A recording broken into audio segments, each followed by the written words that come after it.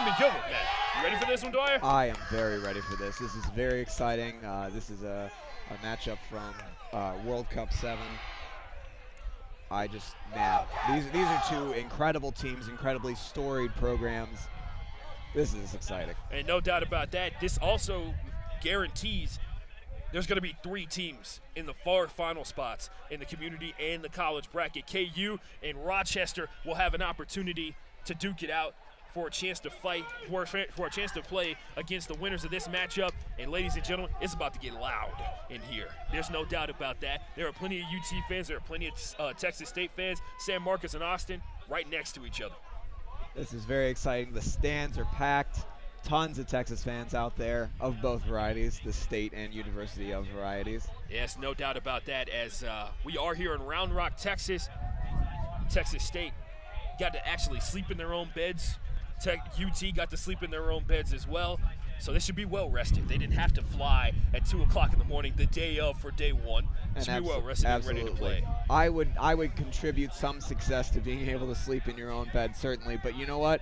We've seen these teams in this position before. UT, obviously, 3-time champion, and Texas State has made some semifinal appearances in the past.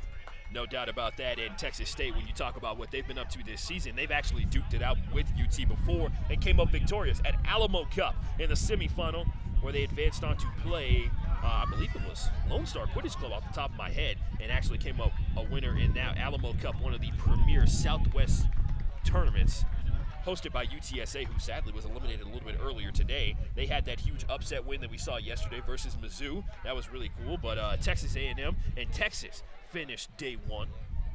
And Texas trying to finish day 2 on top as well, like they did against Texas A&M, and one of the better games that we saw that entire day. See what happens here. Texas State, a team that lives for the hype.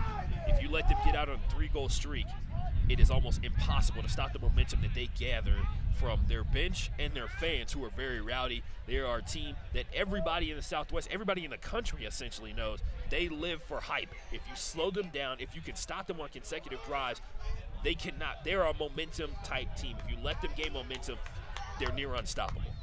That's very true. You can just hear it in the stands as soon as they get that Texas chant going, although I think both teams kind of use the chant. If you hear Texas fight, you know it's going one way. If you hear Texas State, it's going the other. No doubt about that. They're going to throw up the diamonds as well. They're actually about to throw them up right now, and their head coach, Jackson Johnson, already on the sideline over there. Donovan Mitchell is going to get a pass over, and I think that's Jacob Dostal who comes up with it, and it's a run for a bludger. That's Ryan Naraki. It's going to be a drive in and a pass over the top of the hoop, and it's going to be tipped in by Texas on the first goal scored.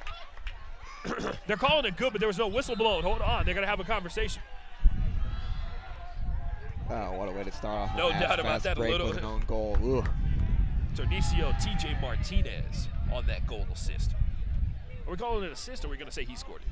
I think we're going to say it's an assist. You know, I'm not sure how you actually are supposed to Wait, call it's that. an own goal. They're going to say that goal was good, so Texas State now leads 10-0. I think they take a goal off your stats when you score an own goal. You know, in the NBA and a lot of other organizations, when you do an own goal, they give it to the nearest player on your team. Interesting. Interesting. So I guess we could give that to Martinez. Yeah, Martinez with an excellent shot. It just went a little bit awry. Nick Marino bringing the ball up the pitch over here. Eddie Molina is going to dodge a bludger from Ryan Naraki up front. Now over to the right-hand side. Texas is going to get the ball over to there. And looks like Nick Marino is going to have it coming around the perimeter over here, looking for a pass. Also waiting for Molina to make a move so he can make one as well. He's trying to get to Naraki, and he will not. A pass will be made. Nick Marino's out of this play. Can Texas still finish? And I think that's Parsi on the goal. He's going to be taken down, but not before he finishes. That is Aiden Parsi of UT. It makes it 10-10. Great strong drive by Parsi. Gets by the point defender, Bullweg, going in for the nice finish. Donovan Mitchell's going to be beat up top. Wow, what a terrible spot to be in. And now Nick Marino is about to make Texas State pay. Not before he hits the pitch. And he's trying to get the ball loose. And it's going to be poked out. That's going to be back contact called. The advantage call was up by the referee before that. There might be 2 fouls on this play, depending on how they call it. By the way, Melissa Kite taking down Nick Marino. Wow. Even with a full head of steam. Right. Somebody's been hitting the gym. I think it's both of them, as a matter of fact. I think it's all these teams, as a matter right, of fact. exactly. We've seen these players, my gosh. Texas State, a big proponent of their ice baths. They love to put those sessions on Snapchat because guess what? Everybody hates ice baths. You gotta do everything as a team, and even the difficult stuff. If you're gonna ice bath, you're gonna ice bath as a team. You struggle together, you win together. Nick Marino looks like he's about to gain possession of this quaffle. Nobody's going to be sent to the box, but UT will have possession. Nick's going to duck inside, hit off the right hoop. It's 20-10. And that's number 7, Donovan Mitchell. He's now twice had some trouble taking Marino down. Hold on a second. They just called a new lineup in for Texas State. Bailey Fields is about to go out there. Stephen Freeman about to enter the field to play as well. Coming off the left-hand side, leading scorer in MLQ 2 years ago for the League City Legends. Running around the perimeter, he's got the speed and the agility. He's going to get the ball to Donovan Mitchell. Got a football background from Donovan. He blocks a bludger unless he have a free run. No, he's going to get the ball to Donovan. He's going to fake a pass, deflect one bludger, and then his shot's going to teeter off before it even gets close to the hoops.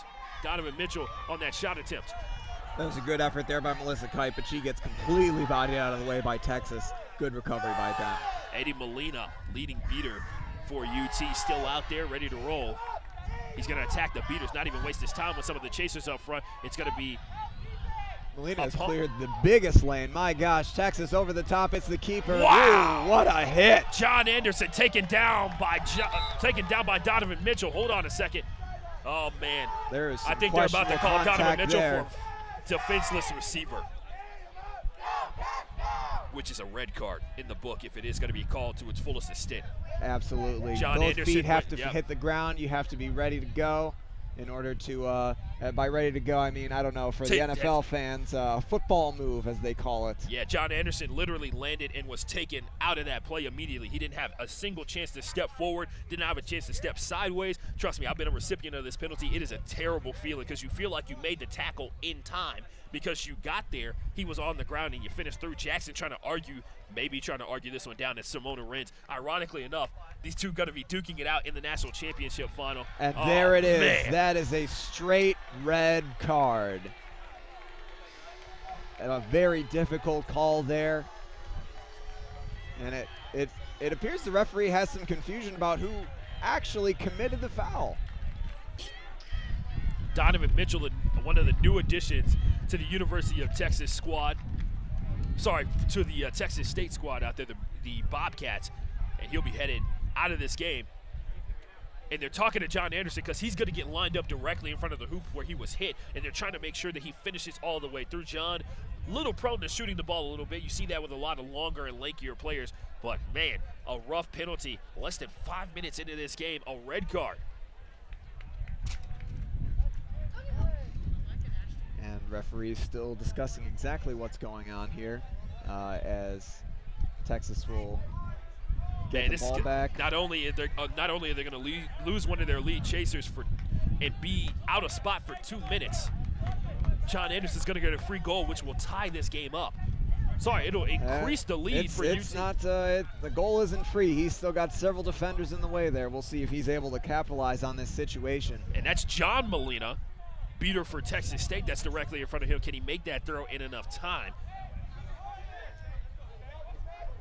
John Anderson in a weird spot because that's definitely not where he caught that ball. Yeah, that's where he kind of landed after the tackle. And a nice hard shot, and he does have the goal. Beater was not able to react in time. And John Molina gonna recover. Sometimes in that situation, Dwyer, you feel like you even throw the ball, right? Absolutely, absolutely. Molina looking for an angle up top. He's got a throw at Eddie Molina. They both miss. Oh, no, Eddie Molina actually got nicked on the way back, and he's actually going to tag back in, get possession. Stephen Vigil Freeman is going to get the quaffle up top. He's actually going to find a lane, kick it off at the last second. TJ Martinez is going to get away from him, duck it underneath to Stephen Vigil. He's going to power through that, and it's going to be pulled down. It looks like there was a jersey pull on Stephen. Stephen's going to pop back up. Can he finish it before? And another tackle from Texas.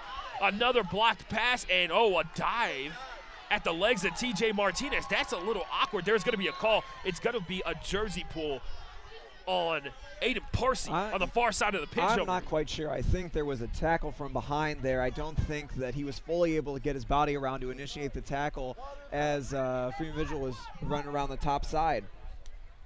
And Stefan, very difficult guy to tackle. How do I know? I've tried it many a time and failed many a time. I believe I played League City in MLQ, and I think I've also tried and failed. Tried and failed. It's all good. Sometimes you have your good days, sometimes you have your bad days. Usually when Stefan is the offensive chaser, you're having a bad day. It's probably a bad day. Same thing for Nick Marino and a lot of other really talented chasers on this pitch right now. Aiden Parsi really doing a good job early on in this one, and a couple of subs coming in. Well, not subs, coming in soon. And this discussion, wondering what it is about. It is taking quite a while. Killing any momentum that UT had. If you were listening closely there, you heard the first Texas fight chant, and you know that's when the team starts getting momentum. It's like them powering up, and this unfortunately is going to kill that momentum. Hopefully they can get it back as we restart. UT's going to get a high five over here. Somebody just high five Eddie Molina.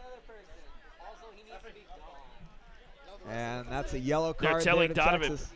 They're telling Donovan Mitchell that he has to be off the field of play, which is a rule according. It is the field of play in the rule. Donovan Mitchell has to be outside of the pitch. And they're going to send Nick Marino to the box. And I believe you're correct, Matt Dwyer. It was a back tackle. Sometimes you just got to be patient with that contact. You know, if they got the edge on you, you just need to hope to get a stiff arm on them and push them to the outside. If you get impatient and go in for that wrap, that's a silly play, honestly. It's a card that you don't need to earn, and now this gives the other team a chance at a free goal on a power play. It's something that it's the mistakes you don't want to be making here in the Final Four. Yeah, no doubt about that. And coming from a guy like Nick Marino, putting him in a tough situation, if he has another slip-up like that, he is gone, just like Donovan Mitchell. Stefan comes up with a goal that makes the score 30-20.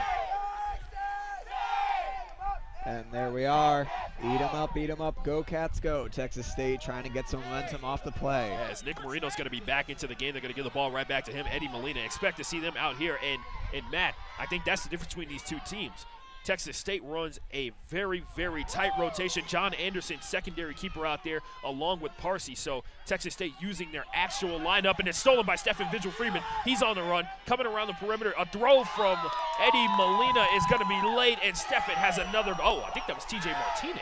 That was Martinez. It was fed by Freeman Vigil, though, so chalk him up for an assist. Great beater play there by Texas State to create that disruption. The pressure very high caused the errant pass, getting Freeman Vigil the interception, and Texas State now maintaining bludgeon control. And it's 30-30 here between Texas State and UT. Coming around the edge, it's Aiden Parsi. He's got a free run at the hoops, and he trucks the hoops, and he also, hold on a second, is she all right? She's going to pop up pretty quickly there. So Texas State going to give up that one. Melissa Kite took quite a shot there. Sometimes you're the hammer and sometimes you're the nail. Melissa Kite has been the hammer, as we saw that excellent tackle of hers on Nick Marino earlier. Eddie Molina catches a ball from John Molina, and the beater pressure is on its way. Vigil Freeman gets hit on the calf. And now Nick Marino's got him turning. And a pass to John Anderson. He finishes off the left hoop. Quick, great transition play by Texas there. Excellent passing, getting around the defenders. Good disruption, all caused by the initial beat from Eddie Molina. And this will be an interesting turn of events. Chris De La Fuente, a guy known for taking risk when it comes to his beater game. Accuracy has been his biggest area of improvement, as we just saw. He missed his first beat against Eddie Molina. Now he's on the attack, and Chris is going to get beat off the calf. He spent all summer playing with the Austin Outlaws, who won the MLQ championship earlier this year. Eddie Molina gonna find a way to try and wreak havoc here. Eric Reyes looks like he's about to have the ball taken from him. Marino's gonna take him down, and it's stolen by Aiden Parsi off the left-hand side. He's not gonna run. There's Chris De La Fuente, a pass over to John Anderson, and the defense of the Texas State Bobcats gonna force him back. Oh, and Erin McBride gets hit back when she's tracking back after she got beat out on that last play. Nick Marino coming across the mid-pitch. UT really should have slowed that pace down there. That was an unnecessary pass to an unnecessary drive that got them nowhere. They could have very easily lost the ball in transition there. As you said, she got beat out there at the end. Ooh, a nice floater from Texas. And once again, Nick Marino coming up with a beautiful assist on that one. Well, I wouldn't call that an assist. It hit the base of the hoop and then fell through. He assisted himself. It was a good, a lucky bounce off the crossbar there, certainly. And Eddie Molina making it his personal mission to make sure Melissa Kite is out of this play. TJ Martinez going to have the possession. Freeman has it up top. Steffen coming across. Mid-pitch and a shot, I believe that was, and it's going to be a turnover, as Chris De La Fuente is going to find a way to force a drop from a Texas beater. No, it was actually an intended beat off the calf. John Anderson bringing the ball up the pitch here. And that looks like it's Tate K. It looks like it's Kate Taylor. That's Tate K, sorry. Tate K, number 7 for UT. Texas Pretty pushing crafty. both their beaters up into State's keeper zone, and a nice shot. They didn't even need the beaters there. He just ripped that one from outside the keeper zone. Nice shot from UT. When you got that kind of range, you got to use it sometime, especially knowing that Texas State is going to maul you as soon as you try and get inside the keeper zone if you can't score quick enough. New entry into the game for Texas State, as looks like they're getting a new sub line ready to come in. Eric Reyes behind the hoops trying to get away from Aiden Parsi. Kenny, he spins him. Oh, he trucks him over, and they're going to say that he was beat right after. Great job on the part of the Texas beaters, waiting for their chaser to get out of the way, and now Aiden Parsi's on a run. He's going to turn that truck into points for UT. He's going to get pulled down, and they're going to say he was beat before. They're going to say he was beat before he attempted to try and shoot that. And it looks like, they're gonna turn the ball Texas over. State, yeah, they got beat, had a pass off, and that's a turnover to UT. I think that's a tough but fair call. Texas State fans certainly aren't liking that. There's a lot of boos out there. And Abby Lum into the game as well, along with Bailey Field, star beater. And John Anderson coming almost out of nowhere, losing track of a 6'4" keeper. Probably not the best moment for the Texas State defense. He was streaking out of the backfield for that one. Big mistake by Texas State for leaving Nobody him can unmarked. truck him on that one, and that probably helped him out quite a bit, as Tate K has the bludger. And oh, look at this one. You got the beaters stacked on top of each other. Let's see if Texas tries to get some pressure at mid-pitch. Looks like they're running a tight stacked formation there, and now they're moving a little bit side to side, a little bit staggered. And I think they're just trying to react, and hopefully, I think the goal is there to get the bludger rebound, I'm thinking, right after the beater battle. And TJ Martinez passing to Jacob Dostal. Nick Marino manned up on Eric Reyes, who's playing the fast chaser position behind the hoops. Tate K. And they're trying to say that Tate K was beat, I believe it was. And now another run from John Anderson. Nobody's back there to stop him, and Texas has got another goal. That's a second really fast play by John Anderson. He just comes streaking in to dunk on that medium hoop. Great heads-up play by Texas. Current score 80-30, with Texas leading over Texas State. Pass behind the hoops to Eric Reyes. Does he have a run? He takes a shot, and they're going to call that one good. Eric Reyes with the touch. My gosh, what a laser. He was hiding back out there that entire time. He didn't go back down the field on the fast break. He was just hiding back out. Big, long pass to a great laser shot by Reyes. And a counter to the transition play of Texas. Texas State's got one of their own. This is what we've been waiting for here. Michael Johnston Jr. entering the game, a member of a member of the Boston Knight Riders during the MLQ season. And looks like a stop. Hold on a second. We got a call coming up. The hoop was knocked over by the Texas chaser and the Texas State keeper simultaneously. I don't know if the ball fully went through the hoop. It needs to fully go through in order for it to be a goal. It could have rebounded around the inside and come back out the same way. And we saw this situation come up. Simona Wren is being called over by Michael Johnston, and they're going to give the goal to Texas. And Samoa will retreat back to his head coach's box. It's 90-40 in favor of Texas. And Reyes will take a sub, and Freeman Vigil will come back in his spot. Got a lot of speed here. Jacob Dostal's a pretty good scorer himself. He doesn't miss too many opportunities. And UT's going to send in Tim Wynn. He's about as strong as they get. And TK with a nasty catch up top, and he's forcing pressure on Stephen Vigil. He's going to wait for Tim Wynn to come back. Tim's going to punch the Quaffle back into Texas State territory to give him a chance to track back, and Michael Johnston is going to take that as his invitation to score. Rejected. Another one. The hoop falls down again. Hold on. Aaron McBride has the Quaffle behind the hoops. Are they going to... Anderson rethought that. They're able to get the score off. And the guys known as the Bash Brothers, Jacob and Dylan Freeman, members of League City Legends and 290 Bluebonnets, who are great. Open. As soon as those passes start clicking for Texas State, that's a problem for UT. Big interception by Dostal there, taking off the pass. David Huber, seeker for UT, starting seeker. Texas State not in a position to put their starter out there. Dostal looks like he just lost one, and now John Anderson's on a run. Can he get stopped? That's not John Anderson. That is going to be a goal. No, it misses off the bottom of the hoop. Chris De La Fuente slips down, and that was a shot on that play. Trying to see who that was. That was actually Cullen Friday. You see him usually come in and snitch on pitch situations, which, well, about a minute from now will be the case. Dostal looked like he took a shot to the ribs there. He's calling for a sub. He's heaving a little bit. And after that turnover just outside the hoops, Bailey Fields will be the seeker for Texas State. She is one of their best beaters, so going out there to hold down the fort until Texas State can get back in range and get to work on trying to catch this one with Steve Ogolinski, their team captain. John Molina working his way all the way back, working his way to a pump fake up front, trying to force a drop, and now Stephen is going to pass the ball over to Dostal. He's going to be caught up as well. He's going to throw that ball back to Stephen. Hold on a second. Are they going to say Dostal was beat before is the question.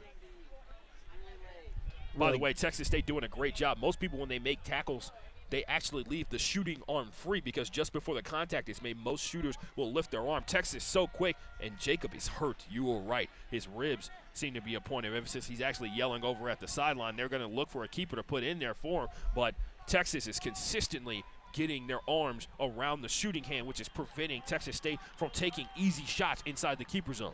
Not only just shots, but passes too. You see every little pass trying to get those balls out back to free players like Freeman Vigil. It's kind of a flick of the wrist, as you will, just trying to do anything to get the ball away while being tackled. And they're going to restart play here. Stephen's going to have it. He's going to go for a dunk, and Aiden Parsi held him up for a second, but Stephen's showing off that flex for a second, is able to come up with a goal there. It is 120-90. And that puts us back in Snitch range right before Snitch on pitch. 120-90 our score here. That's not really a place where you want to be if you're UT. You really liked that 6-goal cushion from earlier. Yeah, exactly. And this is exactly what happened, by the way, at Alamo Cup. Texas got out to a hot start, and they called it. Well, the scorers table has it 140-80 officially, so out of Snitch range. But this is essentially what happened. Now it's 150-80 in favor of Texas. That's our mistake there. Our apologies. No, yeah, for sure on that one. Sorry. The scorers table has their own private tint, so they don't invite us in. So we kind of have to guess at the score sometimes. I'm kidding.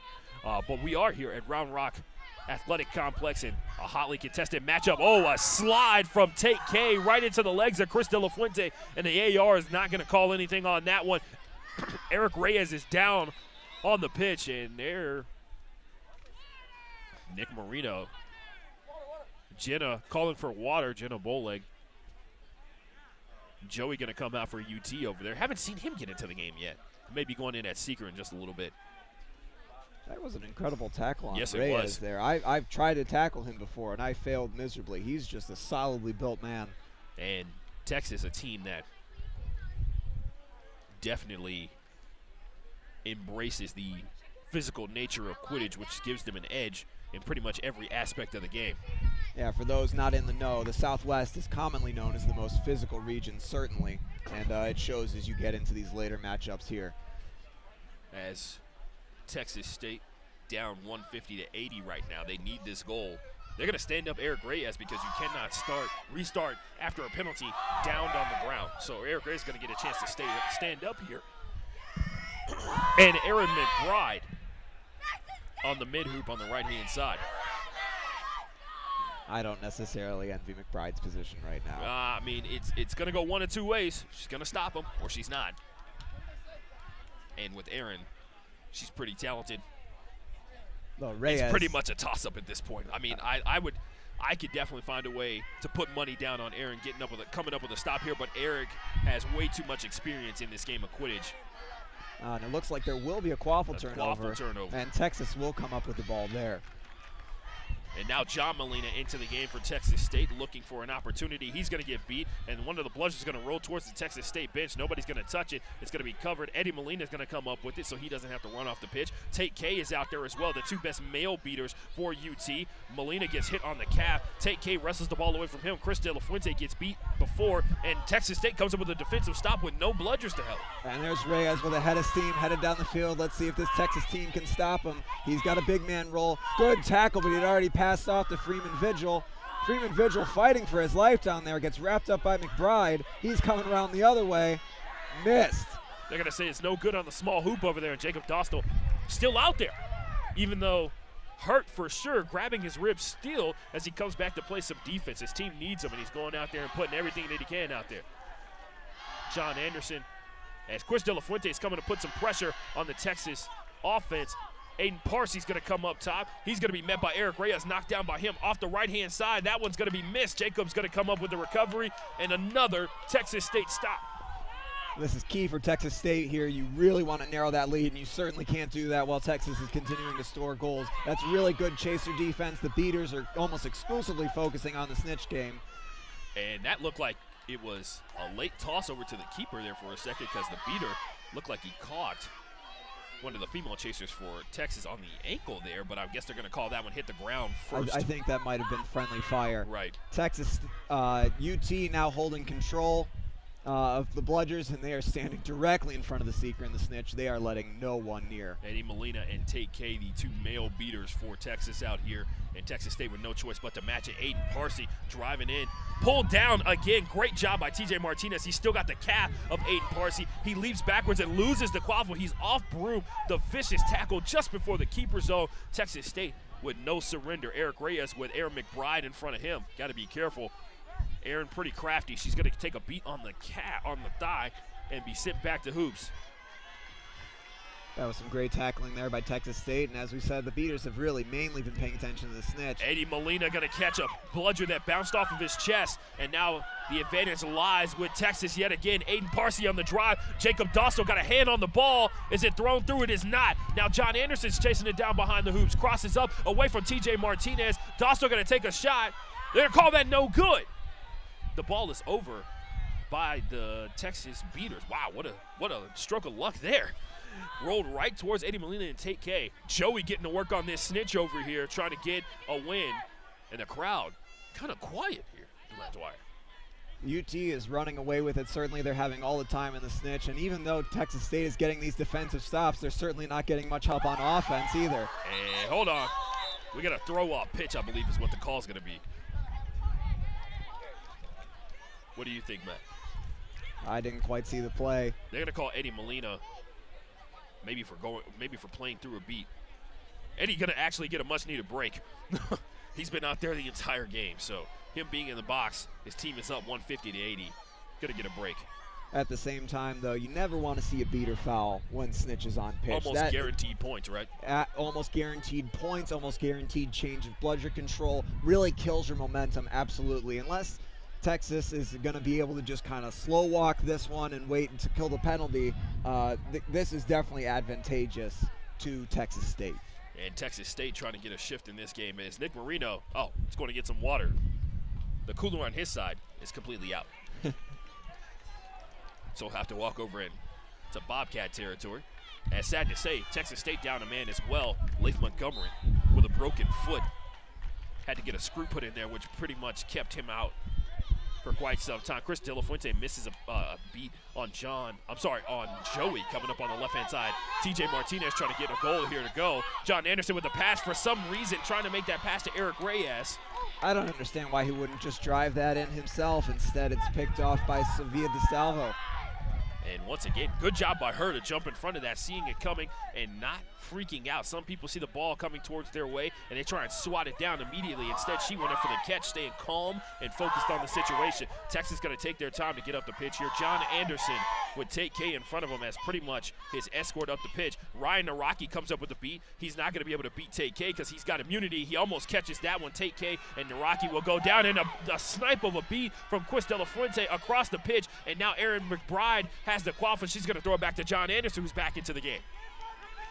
Texas getting some reps at the snitch right now. Texas State Fields, she's doing her best to try and hold off the seeker. Bailey Fields out there playing some pretty good defense against Joey. Take K going to come up and beat Bailey Fields. And there's going to be another goal by Texas. That increases the lead 160-80. You know, as Parsi runs down the field, I think I've seen him 50% on his feet, 50% off his feet, and still he's managing to convert these goals. No doubt, and most of the time he's off his feet because 3 other Bobcats are jumping on top of him as soon as he gets into that keeper zone. And that was great defense there by Parsi, and he comes up with a quaffle down there. And now John Anderson will have a chance to lead the way, giving a rest to Nick Marino. And Parsi also subs out, and he was looking gassed after those runs. And now they got Nick Marino reloaded. Ryan Naraki running up there. Stephen Vigil-Freeman trying to cut off that attempt to pass the ball to Nick Marino. Ryan Naraki recovers a bludger. Gonna throw it John Anderson. Missed at his feet. And a tackle from Stephen Vigil, and he can't come up with it. TJ Martinez throws that elbow out there. And now a contact from Nick Marino. It's scooped up, and now on a run. I think that's DeKarma. That's McDowell. McDowell with the quaffle, and it looks like we've got a Texas player down. Oh man, if that's Nick Marino, that is going to be rough. That was a great push there by Texas, but they really couldn't finish. They really needed to get inside there. They took hit after hit, and Texas State, that was some great defense, keeping them off the hoop line, out of dunking territory, and off balance, so they couldn't even get the mid-range shot off. And Nick Marino is going to pop up and walk off the pitch under his own power, which means possibility to return for him. Didn't see the medics go out there. Oh, sorry, they're right there with the highlight green shirts. They look like they're going to be okay, and Nick is going to take his time getting off the pitch. Look like his right leg is what he's limping with. They're going to let him walk off at his own pace. He looks a little frustrated right now. Yeah, no doubt about it. Nick Marino not really accustomed to the physical. He's not really accustomed to constantly being hit. A lot of other college teams don't match the physical nature that Texas brings to the game like Texas State does. Absolutely. So, it's going to take a little bit more usually when you want to score on these guys. And McDowell, for the first time in here today, usually plays a little chaser, but coming out here at the keeper position. I think with Dostal hurting a little bit, they probably needed a good keeper sub there, and I think McDowell ended up being their man. Dostal still here on the sideline drinking water and still grabbing his ribs. This conversation, interesting. By the way, every single bleacher on the opposite side, completely full. Absolutely, and you've got teams lining the field next to the bleachers on either side of the ends and up in the VIP booth that's overlooking the field. A lot of people out here because of the efforts of USQ witnessing Quidditch for the first time at this type of level, at this scale. So getting a very good impression of what the Quidditch community is like. Absolutely. This is the biggest tournament USQ has had since World Cup 5 back in 2011 that took place on Randall's Island in New York City.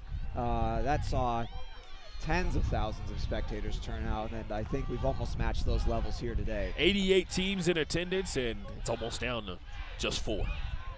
Indeed it is. The Snitch doing push-ups. I think he's enjoying himself. No doubt about that. We're talking about this Snitch. We saw him earlier in the Kansas in our earlier match when Kansas was playing to beat UCLA, how they got an overtime matchup, and Tim Wynn makes a nifty pass at the last second to preserve the possession, and Texas State is on the board. That makes it 160-90. They got a long way to go. With the rollout to get that score there, and he looks fresh as a daisy out there. And Stephen, not only known for his speed, but his agility, his lateral movement, pretty impressive, almost like a running back out of football when you see him out there on the pitch.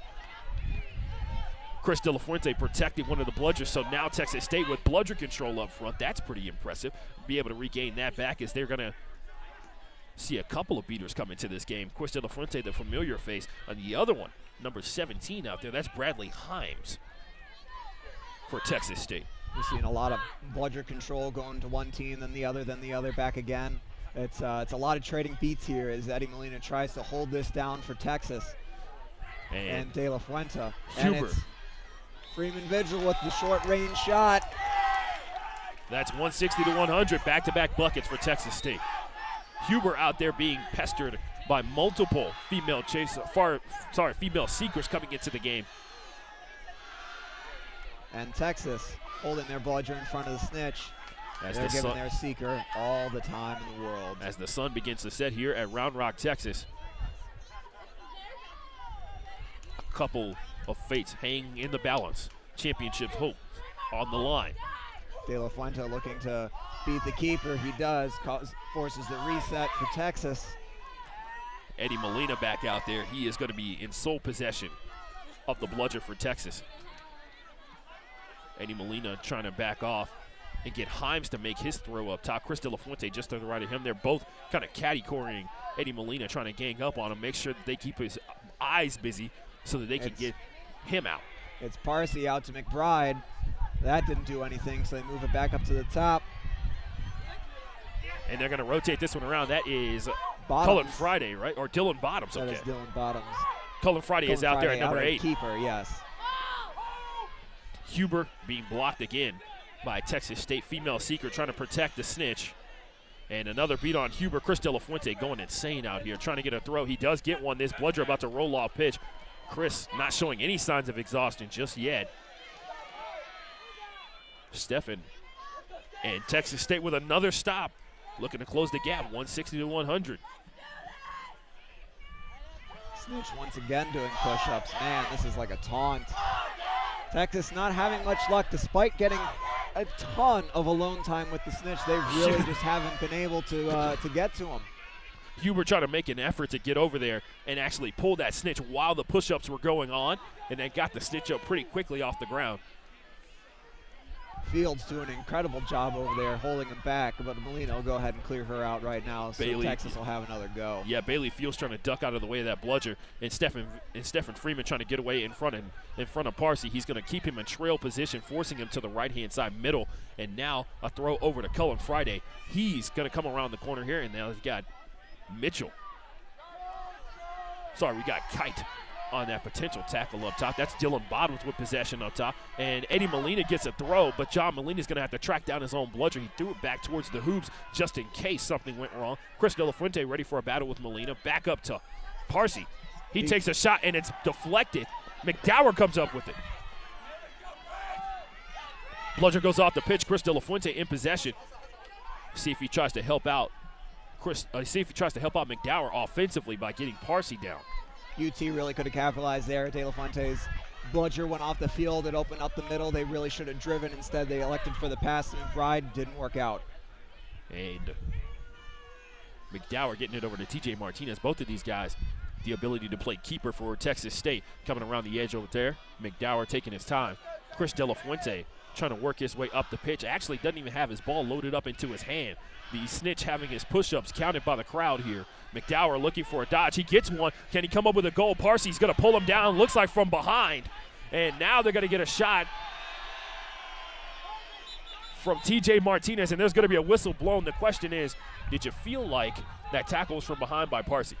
It certainly looked like it from this angle. I don't know the angle the referee had on it. That'll be a bit of a costly mistake for Texas. That'll give them another goal. Right. And close this gap yet again, 160 to 110, if they're able to come up with that bucket afterwards. The question is, where will they put McDowell, because he was technically right in front of the middle hoop, and there were two chasers right in that area as well.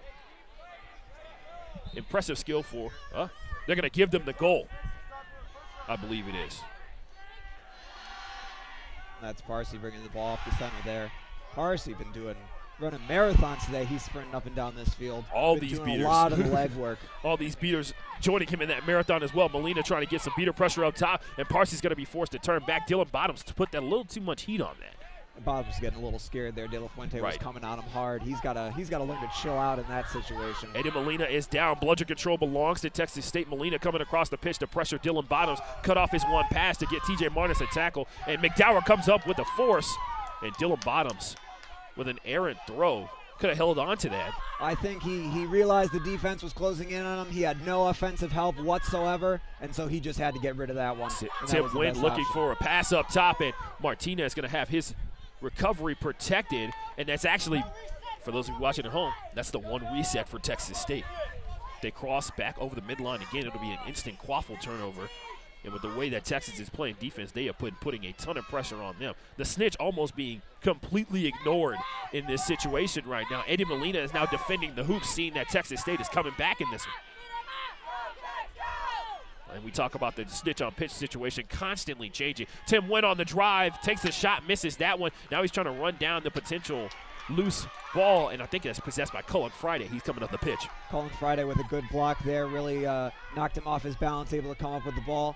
Texas now getting another run up. Fields is there again. My gosh, she runs in fast. Yeah, Bailey Fields a beater in her regular time, but in this situation, she will act as a blocker for Texas's seeker in this situation. That's John Anderson. That's going to be a big block to throw.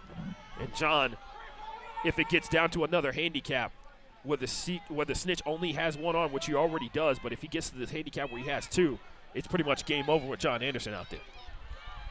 Parsi doing his best to get around the Texas State defenders there, and it looks like he gets wrapped up. He throws it out. It's coming back into him. How did he hold on to that? He floats it over the top, and Cullen Friday with the thunderous dunk.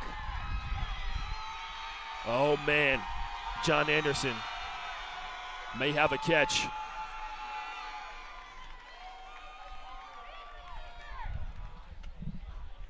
Matt Dwyer thinks differently. He's smarter than me, so we should just go with what he says. I'm not so sure about that. Your Quidditch IQ is out of this world, man. You're too kind. You're too kind. You are a regional chair. You should know these things. So. I suppose I should. That's true. I am but a mere spectator. Cullen Friday with a big dunk there, and man, that certainly got the crowd fired up. That was a good athletic play.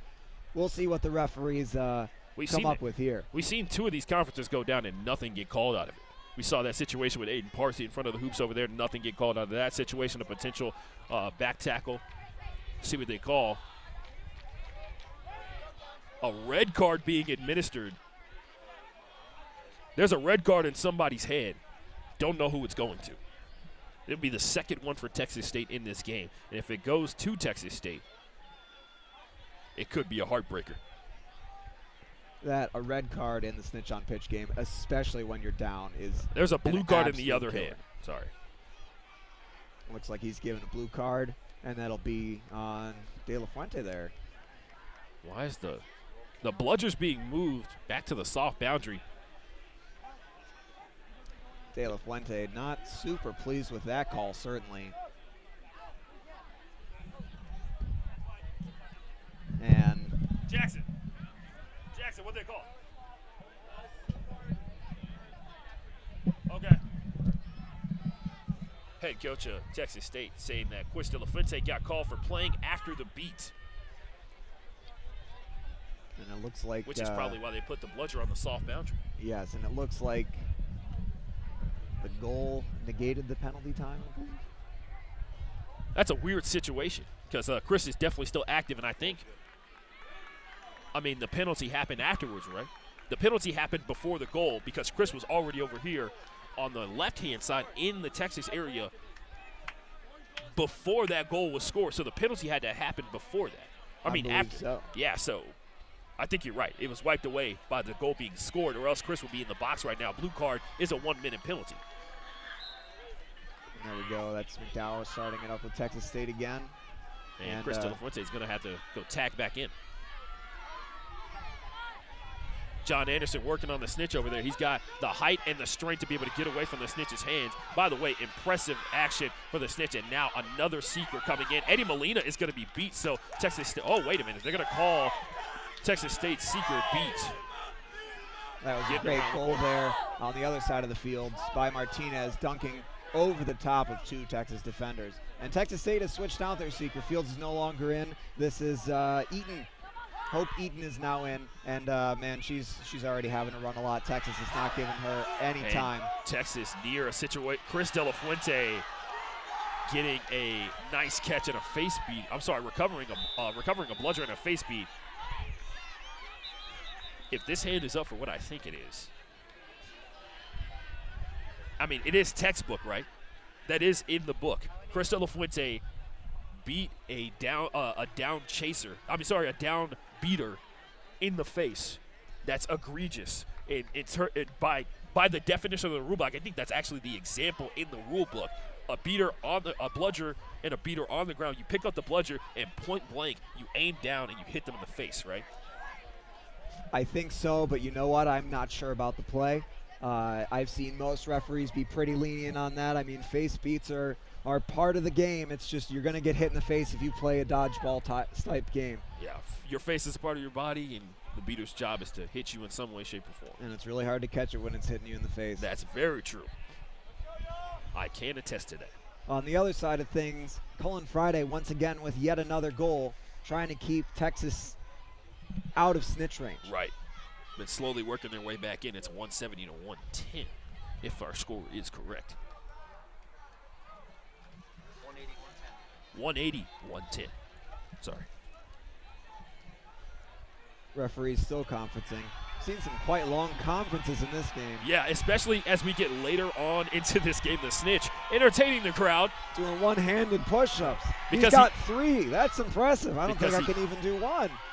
Stefan going over to the snitch and telling him to stop doing the push-ups because it's going to affect his ability to defend off against John Anderson, which is actually a legitimate thing. I was worried about that when Huber was in there earlier and the snitch still had 2 arms. He was in the middle of like push-up number 9 and Huber was running towards him. He was intentionally timing up the push-ups to see if he could get to the snitch before he went down. So it may seem like it's no fun, but at the end of the day, Texas State is still trying to win this matchup. And it looks like Dostal's back in the game. Dostal. Which is good to see, especially after that rib injury.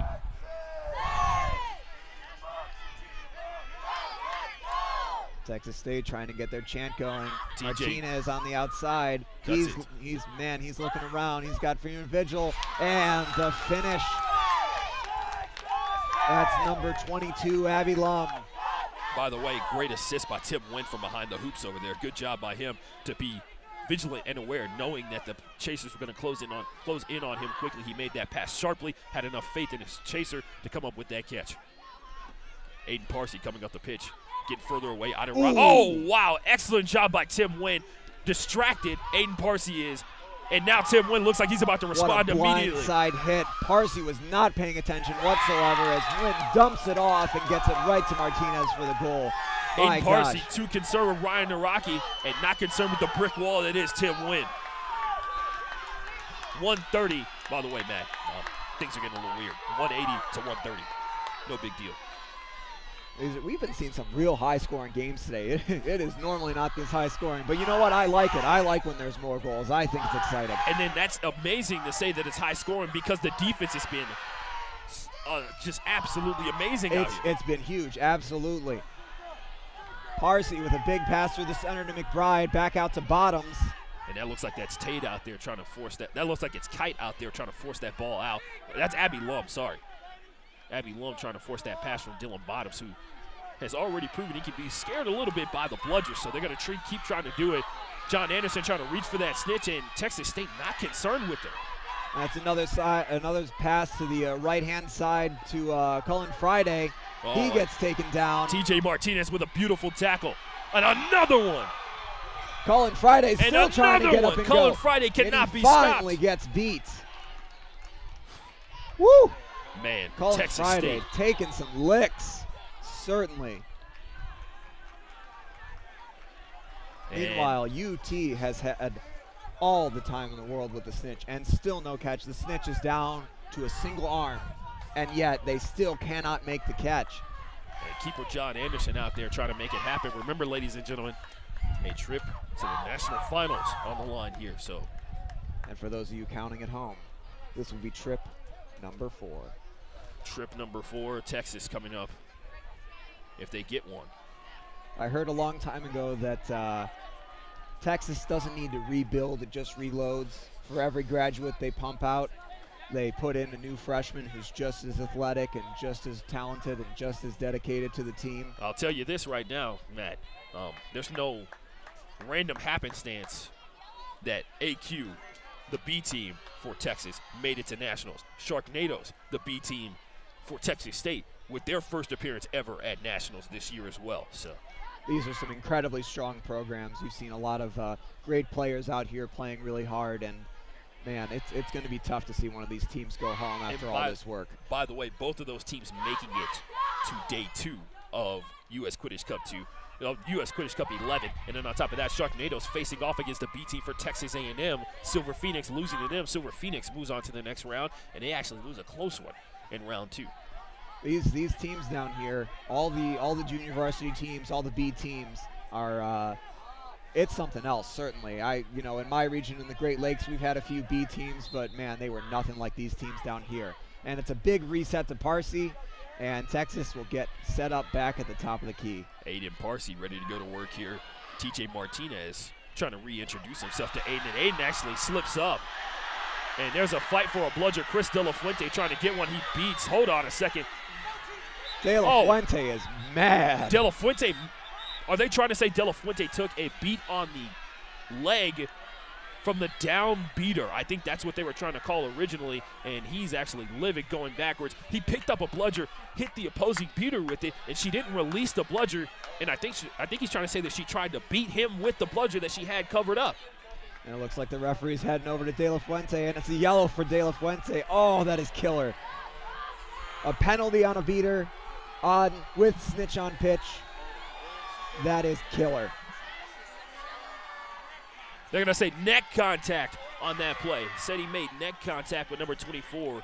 Sorry, that's not number 24. That would be Aaron McBride. I think that's number 15 for Texas out there.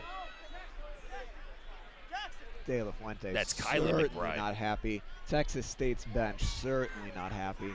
Jackson trying to take care of it, trying to keep De La Fuente away from it. Jackson livid on that play out there. And it looks like the box time will be negated because Parsi did score on that play. Everyone's looking at the beaters in the middle of the field, but Parsi getting mixed up with Dostal and getting it over him for the goal. Just after his little slip there. Like I said earlier, Parsi can barely stay on his feet, but somehow he's probably the lead scorer for Texas right now. He's always falling towards the hoops, if you notice, Matt. Maybe that's part of the strat. That's exactly. part of the strategy. Definitely part of the strat. You think he's a baby deer out there, and then he explodes on you. Yeah, he's a baby deer until he takes your ankles, right?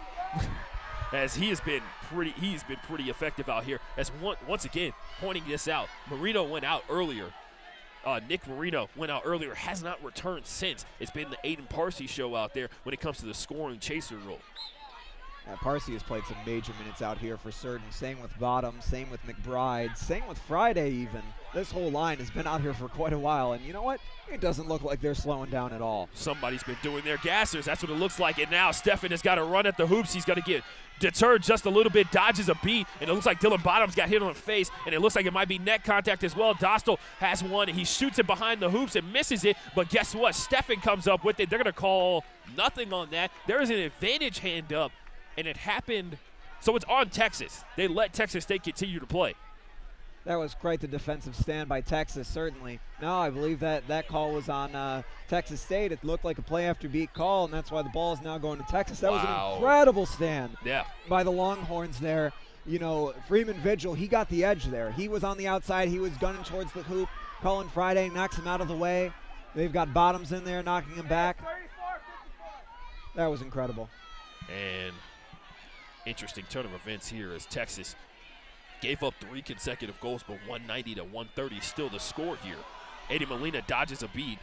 And that was Naraki with the catch there from Molina. That was a big play for Naraki. As Naraki's livid over a throw. He's getting very upset that he wasn't beat, and now that cost him bludger control. And he's right near Dylan Bottoms, who's going to turn around and take a beat behind, and he's going to drop that one. Now TJ Martinez, sorry, that's actually Tim Wynn who's going to come in. Looked like he had him squared up there for a second, but a smooth move. Another beat up top. Can Texas get to it in enough time? And a nice cover by Kite. I'm sorry, that is not Tight. That's Lum. Ashley.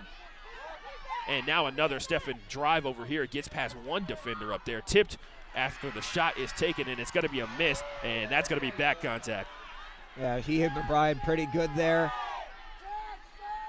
It'll look like it'll be okay. That's Abby Lum, sorry, that actually ended up creating that turnover, coming up with the possession. I think what really created that turnover was the complete unawareness by Cullen Friday. He was just standing around, not paying attention where Naraki was. Naraki just hit him immediately, let go of the ball. Bottoms couldn't come up with it, and that's what created that play. No doubt about that. Like you said, some good up-top beating accuracy across some long range. They did not see the beats coming because the beaters weren't running right at them. They were kind of in the shadows, in the corners, in their peripheral vision, and that's what got them. Texas taking their time coming up here. This is the first time we've seen Texas State really meander up the pitch. Bottoms looking for his opening. Aaron McBride is there. He's got McBride in the back. McBride over the top. She misses Friday by a little bit. He comes up with it, though. And Tim Wynn is going to wait for his beaters to come and help him out. Force a throw in front of the hoops, and it's actually going to be a missed shot. So Jacob will track that one down. It's going to go off the hard boundary. Tim Wynn's going to take a sub. Abby Lum's going to take a sub as well. And they're actually going to send in. Wow, by the way, impressive effort from this snitch. Joey is now out there. Joey can run for days. He's got crazy good conditioning. Now a shot behind the hoops, and it's scored on that one. Beautiful aim by Melissa Kite. That was a great feed from Martinez. Meanwhile, Texas just going all over the snitch, and this snitch doing incredible things here. Texas is getting pretty close there. Joey's got a great lower body strength, so he should be able to explode pretty well towards this snitch with only one arm. Let's see if he can come up with something. They're locked up together right now, and now Bailey Fields is going to come over and defend Tate K, who has had really long shifts out here on the pitch. He's back out here again. All these beaters have. Right. Rocky, De La Fuente, Molina, they have been taken forever out here. Reyes finally back in the game. I don't know what's taken him so long to get back in. Tate K not going to beat Eric Reyes. He's going to track back and almost came up with a pick on that backside play as Aaron McBride is going to come back into this one. Looks like she has a chance on this. Going to get the ball across pitch to Aiden Parsi. He's back in here. Looks like he can try to work some magic here. Or somebody going to risk trying to tackle him. TJ Martinez is going to turn inside with him. Parsi just taking his sweet time. Waiting for his opening. Texas State beaters are going to be beat back, and now they're going to be running up the pitch. John Molina ready to try and go get a bludger, the only bludger available to Texas State. He's going to try and battle Eddie Molina to get a shot at him over there. He's actually going to aim at Joey, and they're going to say Joey is beat. He's going to be sent back to hoops. That'll give the snitch some time. Eddie Molina is going to hang out near the front of the hoops over there as well. And Ryan Naraki's going to throw a bludger back towards those hoops. It's going to land there. And a new seeker's on his way. It's Huber, well rested and ready to go. It comes in with a power slide and catches immediately. My gosh, did you see that? Huber sliding in on his knees. You thought that he had just tripped himself, but no, that was a calculated move. He popped up right in the mid-range zone where the snitch, he was too far away for the snitch to defend him, too close to do anything about it, and he comes in with the immediate grab. Beautiful move by Huber, and Texas is advancing to the national championship for the 4th time in program history. That is incredible, an incredible catch by Huber. Texas State looking quite dejected. After that one was over, it's going to be a final score. That's 220 to 140 on our final here. Texas had it from the beginning. Great. First of all, amazing performance from the snitch. Texas State should be thanking the snitch that he gave him even that much time to get some work done, because he kept him out there with one handicap against John Anderson, who's around 6'3", 6'4", and his reach is amazing, and he's still able to ward him off. That was incredible. And you know what? Texas State, they had multiple beater fouls in there that you thought would affect them even more than it probably actually did. Texas was just locking it down too much, beater fouls or not. They just could not get near. They could. It was just Bailey Fields. It was Hope Eaton just trying to wholly stave off the seeker.